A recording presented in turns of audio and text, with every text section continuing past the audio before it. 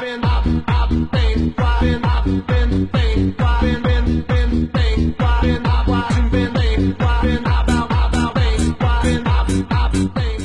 بچے خوشحال گھرانہ، زیادہ بچے بے حال گھرانہ۔ اس کا عملی ثبوت دیا سرگودا کے قصبہ اچھرا کے خانہ بدوش محمد یوسف نے، جس نے 1 نہیں 2 نہیں 3 نہیں پوری 7 شادیاں کی۔